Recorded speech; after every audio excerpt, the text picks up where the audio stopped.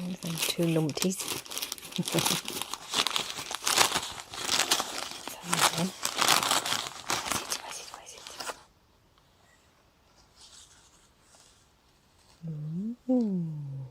Ooh, that's different.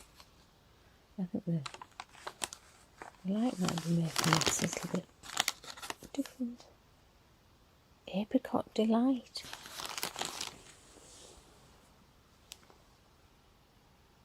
There's a shot of it.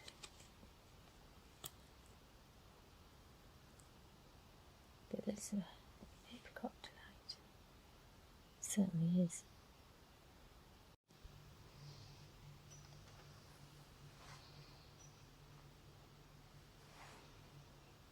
I might play the piano for you one day.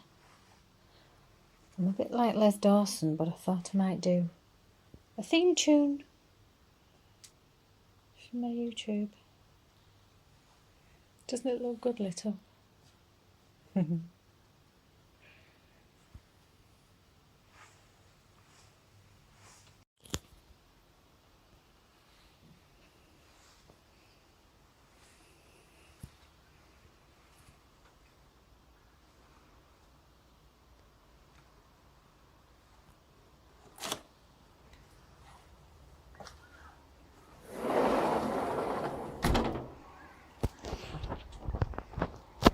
There's not much going on out here. Just some sparkly bits and bobs.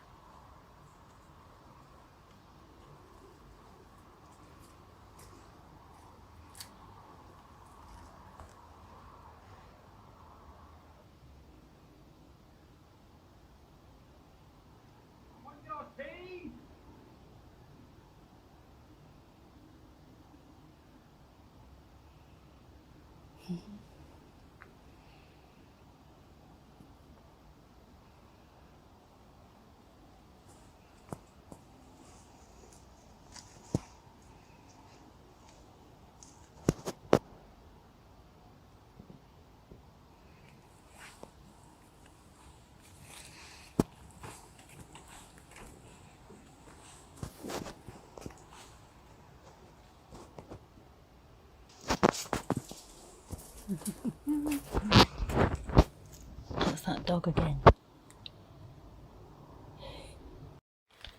I've just been and looked somewhere else. I've got a magic poof downstairs. And it's about, oops, it could be 3 foot by 4 foot. Possibly, it might be a bit less than that, I would have thought. Anyway, it's got a lid that lifts up. So it's like out of sight, out of mind, a bit. This was in there, and this is a longer standing UFO than some of the other UFOs that I thought were long standing. And it's a cardigan, and it's in one of the Rowan books. This is about, not really about advertising or promoting anybody else. I can find out the information and put it underneath, but it's more about what I've got going on with UFOs, and it's more about that. So I do know this is cotton 4-ply, and it is Rowan, and it's a cardigan that, well, I quite like green. I mean, if I finished it, I'd probably wear it still. I haven't necessarily gone off it. 4-ply cotton. I think it was in one of their big books, but I mean, sometimes some of their patterns are now free, aren't they? If you go on their website, you can get some patterns of theirs free.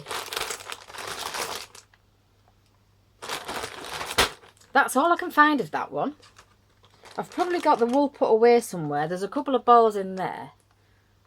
And that's like, oh, it looks like nearly a completed front. It's a front, isn't it? We've got buttonholes there. Have we? We've got a button stand.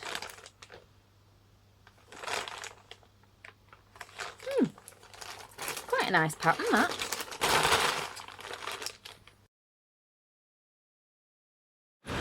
Looks like I've hit that quiet spot when lots of people have been.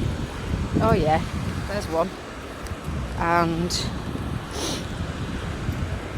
the people who take the time haven't been yet. It's perfect. I like it when it's quiet. Better quiet, isn't it, Lottie? Lottie's out busy sniffing. Lovely, isn't it, Lottie? There was a lovely sunrise, but sorry I missed it. I was in the kitchen with the blue lights on, making me porridge and listening to Chris Rea, and then now I've just thought I should have filmed that. What do you reckon, Lottie? It's a bit far up now, isn't it, the sun? We didn't see the star event last night, whatever it was called. Did we? What's she doing? Come on, you big Gertie! Come on!